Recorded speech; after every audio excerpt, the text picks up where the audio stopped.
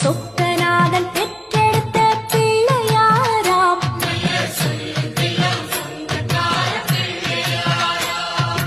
கைலாய மலைய விட்டு தெற்கே வந்தாராம்.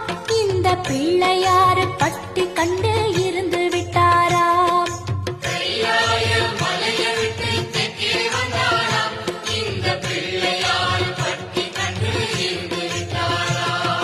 கணபதியார் வந்தாரம்மா, நம்ம உறவாக நின்னாரம்மா.